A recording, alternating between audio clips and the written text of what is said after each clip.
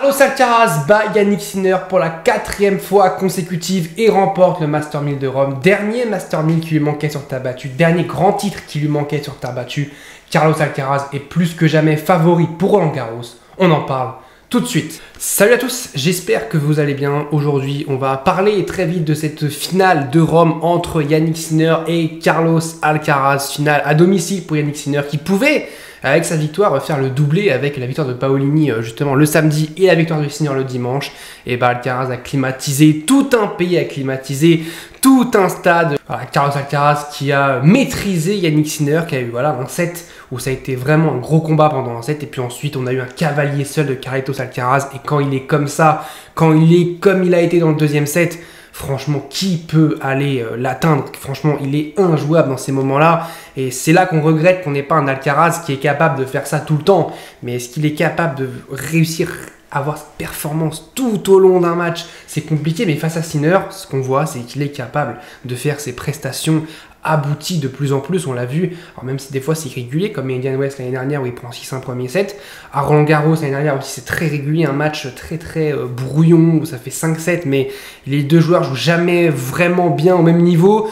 Et on a eu après cette finale à Pékin, où on a vraiment eu un chef-d'œuvre, peut-être l'un des meilleurs matchs de la saison dernière.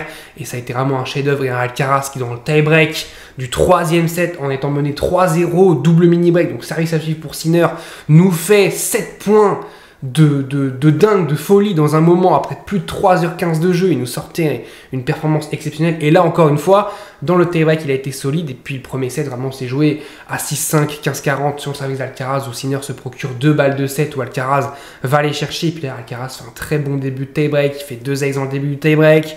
Il est toujours devant en fait, dans le tie-break. Il arrive toujours à être devant. Et puis il fait un super dernier point avec l'amorti. Puis après, il suit au filet. Il a rarement été au filet sur ce set. Mais dès qu'il y va, c'est toujours productif. Et c'est Carlitos Alcaraz.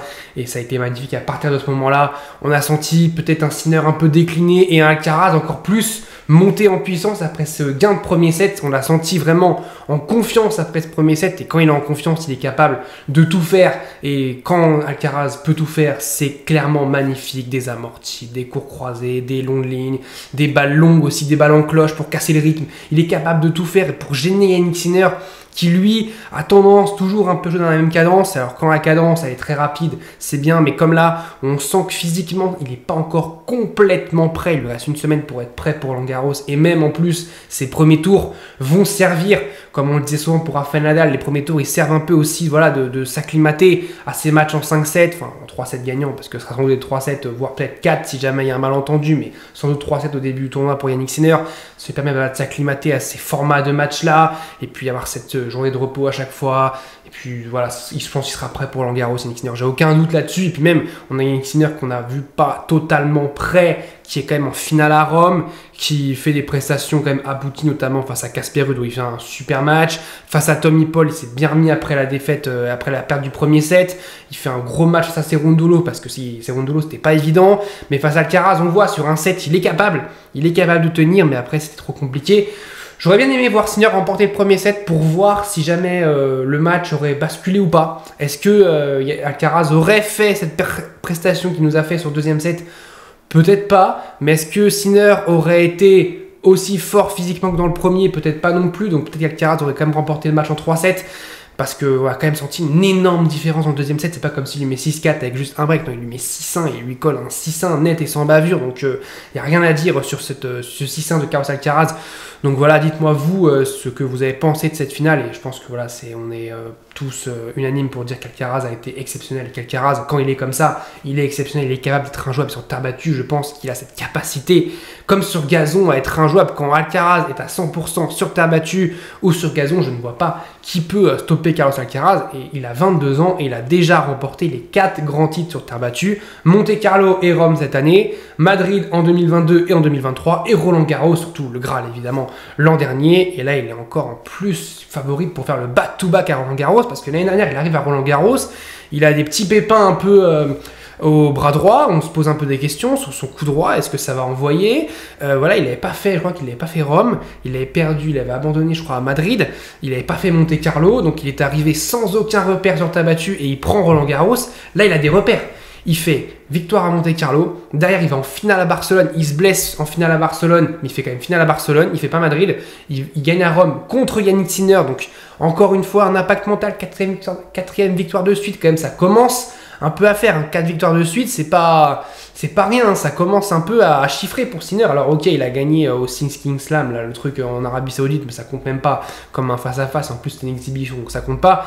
Mais 4 victoires de suite depuis 2024. Donc, depuis le moment où Yannick Sinner est à son meilleur niveau, bah, sa kryptonite pour le moment, c'est Carlos Alcaraz qui est en train de le gêner, même si Alcaraz est un joueur irrégulier par moment, mais quand il joue Yannick Sinner, il est toujours au rendez-vous, ça on ne pourra pas lui enlever, il est toujours là, il prend pas une tôle par Yannick Sinner. Si Yannick Sinner doit le battre, c'est vraiment ric-rac dans le 3e set, dans le 5e set, voilà, c'est dans ces moments-là, mais sauf que pour le moment, ça n'arrive pas parce qu'Alcaraz est trop solide pour le moment, et puis Sinner est un peu moins bon, et puis la surface aussi, sur terre battue, comme j'ai dit, l'avantage, ça aurait été sur un dur, type Dubaï, type Cincinnati, peut-être que là, Sinner s'en serait sorti et aurait battu Alcaraz.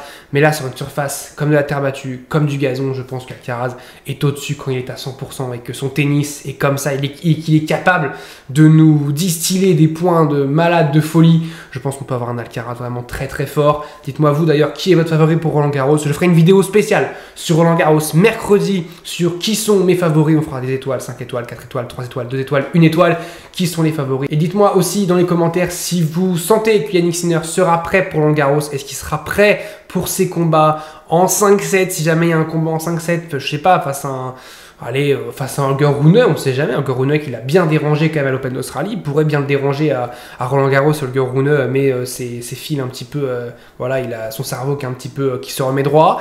Peut-être voilà des matchs un peu compliqués. Est-ce que Sinner peut enchaîner ces matchs-là et arriver potentiellement en finale face à Alcaraz? Parce que je rappelle qu'on ne peut pas avoir d'Alcaraz Sinner avant la finale. Et on n'a jamais eu d'Alcaraz Sinner en finale de Grand Chelem. C'est quand même un peu une anomalie, même s'ils sont encore très jeunes évidemment. Mais voilà, c'est un Alcaraz qui a 4 Grands Chelem, Sinner qui en a 3. Ce serait bien d'avoir un peu un combat entre les deux. C'est quand même les deux joueurs en ce moment voilà, à battre. Ce serait bien d'avoir un combat entre les deux en finale de Grand Chelem. Soit Roland Garros, soit Wimbledon, soit l'US Open. Mais je pense que ça arrivera cette saison. Surtout qu'on a quand même un Zverev qui est en train un petit peu de baisser de niveau. On a Djokovic sur ce Roland Garros. Je ne l'attends pas. Moi, Djokovic, je l'attends à Wimbledon. Je l'attends pas du tout à Roland Garros. Donc pour moi, Roland Garros, on a quand même une voie pas royale parce qu'il y a quand même beaucoup de joueurs dangereux. Du Holger Rune, Casper Ruud est capable de tout, même si je pense que face à un Alcaraz ou face à un Sinner, il va toujours lui manquer quelque chose. Mais il y a des joueurs un peu dangereux. Lorenzo Musetti sur un match où il fait une folie. Est-ce qu'il peut faire quelque chose? Pareil, j'ai du mal à y croire. Je pense que face à un Sinner ou un Alcaraz, c'est encore un peu trop limité. Tsitsipas, on n'en parle même plus. Donc voilà, il y a quand même une voie. Ils se dégagent quand même pour aller en finale, Sinner et Alcaraz. Il faudra aussi voir le tableau, évidemment, qui sort jeudi. Je ferai une vidéo vendredi sur le tableau de Roland Garros. En tout cas, dites-moi ce que vous avez pensé de cette finale de Rome. Voilà, il y a eu un set très serré et ensuite un cavalier seul de Carlitos Alcaraz qui a vraiment fait un grand match. Je voyais Sinner gagner. J'avais dit que je voyais Sinner gagner. Bah, je me suis trompé et Alcaraz, franchement, m'a bien fait fermer ma bouche parce qu'il a vraiment fait un énorme match. Je voyais Alcaraz essayer je voyais Alcaraz pas faire un bon match tactiquement et au final, ça a été tout l'inverse. Il a fait un super match tactiquement, Alcaraz. Il a vraiment été très très bon et face à Sinner, il est toujours très très bon et ça, il faut quand même le tenir en compte. C'est que Alcaraz, dans ces matchs-là, il est toujours au niveau, au rendez-vous. Alors quand c'est Sinner, oui, il est très bon et il faudra qu'il continue sur les matchs compliqués face à d'autres joueurs à être capable aussi de faire ce qu'il a produit face à Sinner parce que c'est quand même encore ce qui lui manque, cette régularité que Yannick Sinner, lui, il a. Yannick Sinner qui est toujours quasiment en demi-finale, en finale des tournois depuis 2024. Donc c'est quand même complètement fou ce que fait Yannick Sinner. Dites-moi ce que vous avez pensé de cette finale. N'hésitez pas à vous abonner, à liker et à commenter. On se retrouve très très vite pour parler parce que Roland Garros, c'est dans une semaine. Les qualifs ont déjà débuté au moment où on tourne cette vidéo. Nous sommes lundi. Les qualifs ont déjà débuté. Mercredi, on se retrouve pour mes favoris pour Roland Garros, mes outsiders et mes petites surprises peut-être à Roland Garros. Vendredi, on se retrouve pour l'analyse du tableau et mon pronostic de ce tableau. Je vous dis salut à tous, portez-vous bien.